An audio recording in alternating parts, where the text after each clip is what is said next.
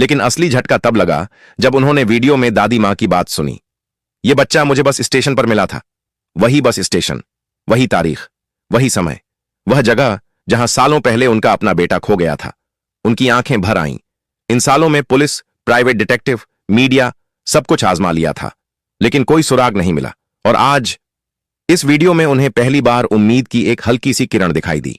बिना एक पल गंवाए उन्होंने अपने सबसे भरोसेमंद दोस्त मैनेजर सूरज वर्मा को फोन लगाया। सूरज, मैं तुम्हें एक पता भेज रहा हूं, अभी इसी वक्त वहां पहुंचो, यह बहुत जरूरी है।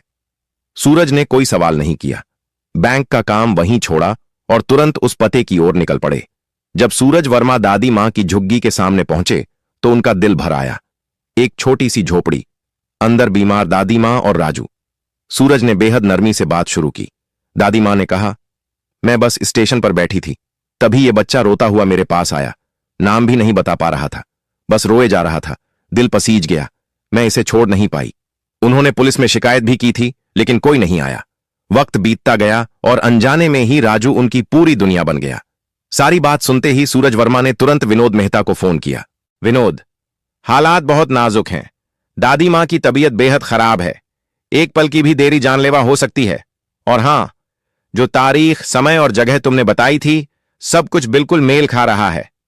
उस पल विनोद के दिल में उम्मीद की एक हल्की सी लौ जली, लेकिन उसी के साथ डर भी था, कहीं यह सिर्फ एक इत्तेफाक न हो। उन्होंने खुद को संभालते हुए कहा, कोई रिस्क नहीं लेंगे। दादी मां और बच्चे को शहर के सबसे अच्छे अस्पताल ले जाओ। इलाज में एक भी कमी नहीं होनी चाहिए। खर्च की फिक्र मत करना, सब मैं देखूंगा। सूरज ने बिना वक्त गंवाए एम्बुलेंस बुलाई। दादी मां और राजू को लेकर सीधे अस्पताल पहुंचे। उधर राजू, वह सब कुछ देख रहा था, लेकिन कुछ समझ नहीं पा रहा था। सूरज ने उसे पास बिठाया, सिर पर हाथ फेरा और कहा, डर मत बेटा, दादी मां ठीक हो जाएंगी। इसी बीच विनोद मेहता ने अपनी विदेश यात्रा अधूरी छोड़ दी थी। फ्लाइट में बैठे बैठे उनके दिमाग में बस एक ही सवाल घूम रहा था, क्या यह मेरा बेटा हो सकता है? अगले ही दिन वे भारत पहुंचे और सीधे अस्पताल गए। जैसे ही उनकी नजर राजू पर पड़ी, उनके आंसू खुद ब खुद बह निकले। बच्चे के चेहरे में उन्हें अपनी पत्नी की झलक दिखी, वही आंखें, वही मासूमियत। दिल कह रहा था, यही है, लेकिन दिमाग सबूत मांग रहा था। उन्होंने डॉक्टर से कहा, मुझे डीएनए टेस्ट कराना है। डॉक्टर ने समझाया कि रिपोर्ट आने में कुछ दिन लगेंगे। विनोद ने कहा, मैं सालों से इंतजार कर रहा हूं, कुछ दिन और सही। ऑपरेशन सफल रहा। जब दादी मां को होश आया तो वे हैरान रह गईं। मैं यहां कैसे? सूरज मुस्कुराए और बोले, एक अच्छे इंसान ने आपका इलाज करवाया है, बस यही समझ लीजिए। उधर बैंक के बाहर तूफान मचा हुआ था। मीडिया की भीड़, सवाल, क्या यही है बैंक की इंसानियत? क्या गरीबों के साथ यही बर्ताव होता है? वे दो महिला कर्मचारी और गार्ड, जिन्होंने राजू के साथ बदसलूकी की थी, अब डर में जी रहे थे। उन्हें समझ आ गया था कि उनसे बहुत बड़ी गलती हो गई है। बाकी स्टाफ भी बेचैन था। पूरे बैंक की छवि दांव पर लगी थी। सोशल मीडिया पर बॉयकॉट के नारे लग रहे थे, हैशटैग ट्रेंड कर रहे थे। कुछ दिन बाद डीएनए रिपोर्ट आ गई। डॉक्टर ने रिपोर्ट विनोद मेहता के हाथ में दी। जैसे ही उन्होंने कागज खोला, उनकी आंखों से आंसू बह निकले। राजू उनका बेटा था। बरसों की तलाश आज खत्म हो गई थी। विनोद ने राजू को सीने से लगा लिया और देर तक रोते रहे। राजू कुछ नहीं समझा, बस इतना जानता था कि ये वही लोग हैं जिन्होंने दादी मां को बचाया। जब दादी मां को सच्चाई पता चली, उनकी आंखें भी भर आईं। विनोद ने दादी मां का हाथ थाम लिया। आपने मेरे बेटे को मां से कम नहीं समझा, वे बोले। आज से आप सिर्फ उसकी नहीं, मेरी भी मां हैं।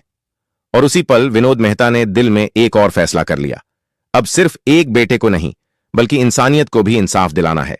अब बैंक सिर्फ पैसों की जगह नहीं रहेगा, यह इंसाफ और एहसास की मिसाल बनेगा। विनोद मेहता ने बड़े प्यार से राजू से कहा, बेटा, तुम्हें एक बार फिर बैंक जाना होगा। इतना सुनते ही राजू घबराकर बोला, नहीं पापा, वहां वे लोग मुझे फिर मारेंगे, डांटेंगे। डरने की जरूरत नहीं है बेटा, अब तुम अकेले नहीं हो, तुम्हारे पापा तुम्हारे साथ हैं, और जिस बैंक से तुम डरते हो वह हमारा अपना बैंक है। राजू हैरान रह गया। उसका मासूम दिमाग इस बात को समझ ही नहीं पा रहा था। पापा, जो बैंक मुझे चोर समझ रहा था, जो लोग मुझे रुला रहे थे, वो आपका कैसे हो सकता है? तब विनोद मेहता ने उसे पूरी सच्चाई बताई। उन्होंने समझाया कि हर जगह कुछ अच्छे लोग होते हैं और कुछ गलत। बेटा, कुछ लोगों की गलत सोच की वजह से पूरा सिस्टम गलत नहीं हो जाता, लेकिन ऐसे लोगों को सबक सिखाना जरूरी होता है। अगले दिन बैंक का माहौल कुछ अलग ही था। विनोद मेहता अपने बेटे राजू को लेकर बैंक पहुंचे। राजू के हाथ में एक बड़ा सा बैग था, इतना भारी कि उसे संभालना भी मुश्किल लग रहा था। उस बैग में ढेर सारा पैसा था, वही पैसा जो विनोद ने अपने बेटे को दिया था एक सबक सिखाने के लिए। जैसे ही राजू बैंक के अंदर आया, सबकी निगाहें उसी पर टिक गईं। अरे, ये तो वही बच्चा है जिसका वीडियो वायरल हुआ था। राजू बिना रुके सीधे उसी काउंटर पर पहुंचा जहां वे दोनों महिलाएं बैठी थीं। उसने बैग खोला और सारा पैसा काउंटर पर फैला दिया। नोटों का ढेर देखकर बैंक में सन्नाटा छा गया। राजू ने कहा, आपने कहा था कि मैं चोरी करने आया हूं, मेरी औकात नहीं है यहां पैसा जमा करने की। देखिए, मैं पैसा लेकर आया हूं, अब इसे जमा कीजिए। उन दोनों महिलाओं और गार्ड का चेहरा सफेद पड़ गया। उन्हें समझ आ गया था कि अब मामला हाथ से निकल चुका है। उसी पल बैंक के दरवाजे खुले और विनोद मेहता अंदर आए।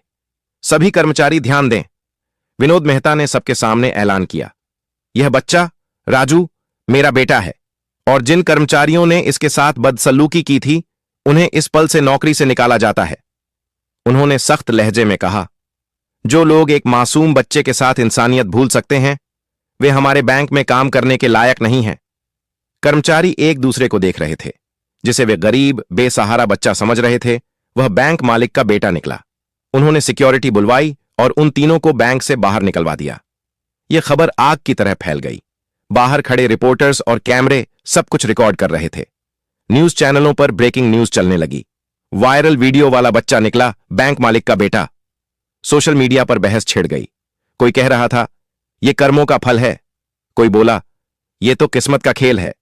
लेकिन एक बात पर सब सहमत थे, गलत काम का अंजाम कभी अच्छा नहीं होता।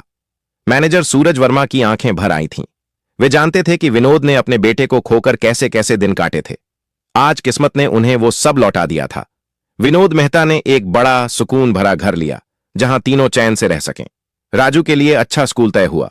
दादी मां के लिए घर पर ही नर्स रखी गई। जिंदगी ने आखिरकार उनके जख्मों पर मरहम रख दिया था। दोस्तों, आपको यह कहानी कैसी लगी कमेंट में जरूर बताइए। फिर मिलेंगे अगली कहानी में।